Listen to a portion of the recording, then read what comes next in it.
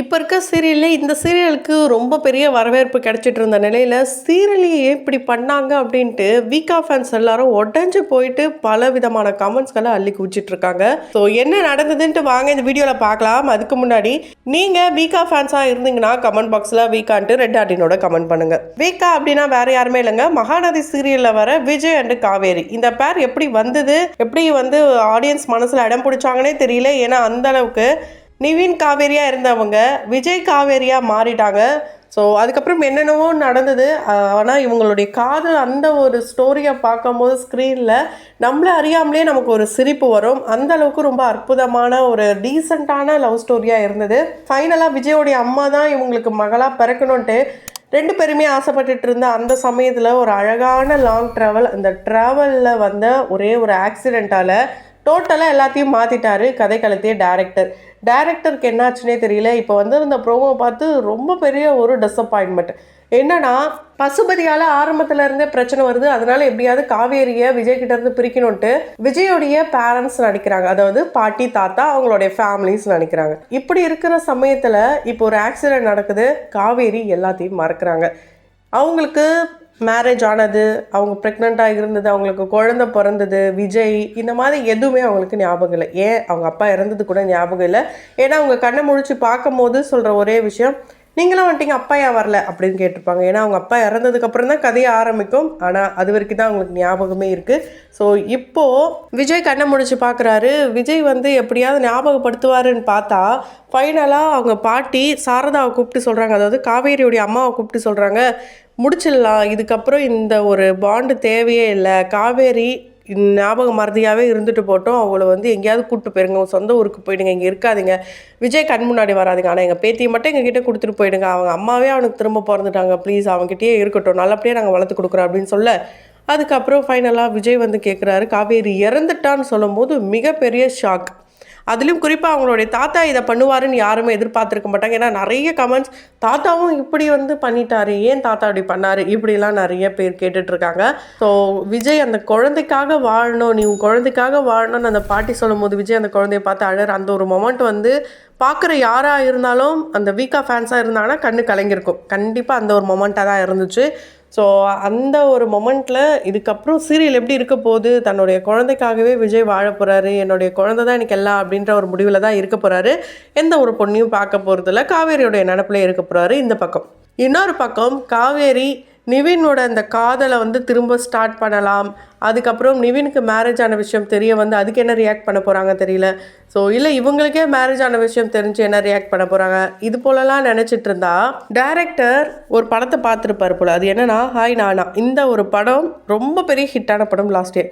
So நிறைய பேர் வந்து நானியாக இருக்கட்டும், அவங்க குழந்தையாக நடித்தவங்களா இருக்கட்டும், முர்னல் தாக்கராக இருக்கட்டும், ஸோ இவங்க எல்லாருமே வந்து அந்த ஒரு பாண்டிங் பார்க்கும்போதே ரொம்ப அழகாக இருந்திருக்கும். ஹீரோயினாக நடிக்கிறவங்க அவங்களுடைய கணவராக இருந்த நானியோடைய அந்த பழைய நினைவுகள்லாம் மறந்துருப்பாங்க, தன்னுடைய குழந்தை மூலயமா சேருவாங்க. ஆனால் கடைசி வரைக்கும் அந்த பழைய நினைவுகள்லாம் இல்லாமலே அவங்க அந்த கதையை முடிச்சிருப்பாங்க.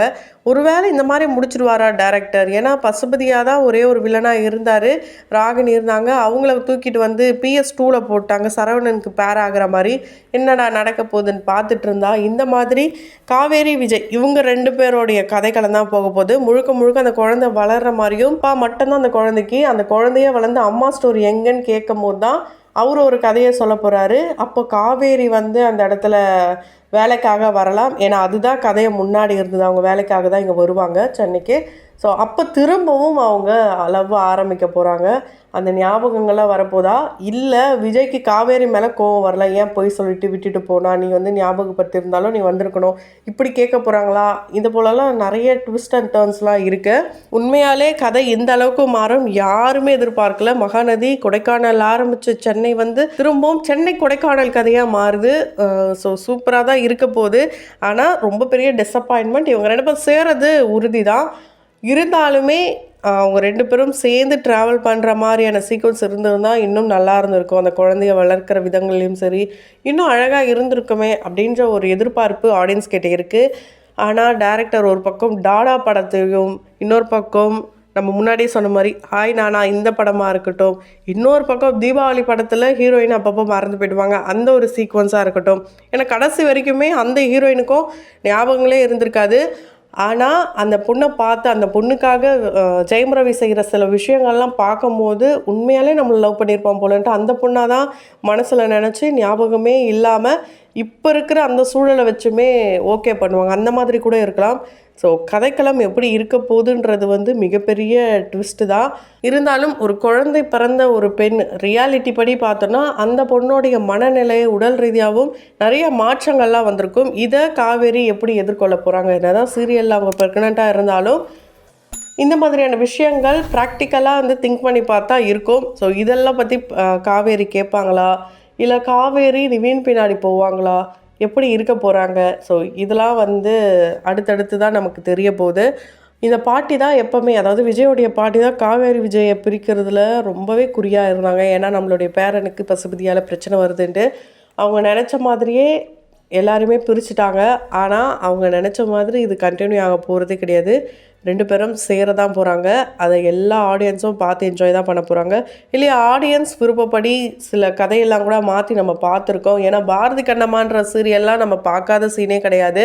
எப்படியோ போயிட்டு எப்படியோ வந்துடுச்சு. இப்போ சின்ன மருமகள் சீரியல் இதே மாதிரி தான் குழந்தைய வச்சு போயிட்டுருக்கு. இப்போ எல்லாமே வந்து குழந்தைய வச்சு தான் மூவ் பண்ணிகிட்ருக்காங்க. அந்த மாதிரி கூட இந்த சீரியலை கொண்டு போகலாம். ஸோ பாரதி கண்ணம்மாவில் தனித்தனியாக போயிடுவாங்க, ஞாபகங்கள்லாம் இருக்கும். ஆனால் குழந்தை இவங்களதுன்னு தெரியாது. ஏன் ரீசண்டாக இப்போது ஒரு சீரியல் கூட போயிட்டுருக்கு. இது எல்லா சீரியலும் மிக்ஸ் பண்ணி ஒரு கதையை எழுத போகிறாருன்னு மட்டும் தெரிஞ்சிருச்சு. ஸோ இது எல்லாத்தையும் நம்ம எல்லோரும் வெயிட் பண்ணி பார்க்கலாம். அதுக்கு முன்னாடி இந்த ஸ்டோரி சேஞ்ச் ஆனதை பற்றி நீங்கள் என்ன நினைக்கிறீங்க? உங்களுடைய கருத்துக்களை மறக்காமல் கமெண்ட் பாக்ஸில் கமெண்ட் பண்ணுங்கள். தொடர்ந்து வீடியோஸ்லாம் பார்க்கணும்னு நினச்சிங்கன்னா உடனே சேனலை சப்ஸ்கிரைப் பண்ணிவிட்டு பக்கத்தில் இருக்க பெல் ஐக்கனையும் மறக்காமல் ப்ரெஸ் பண்ணிவிடுங்க.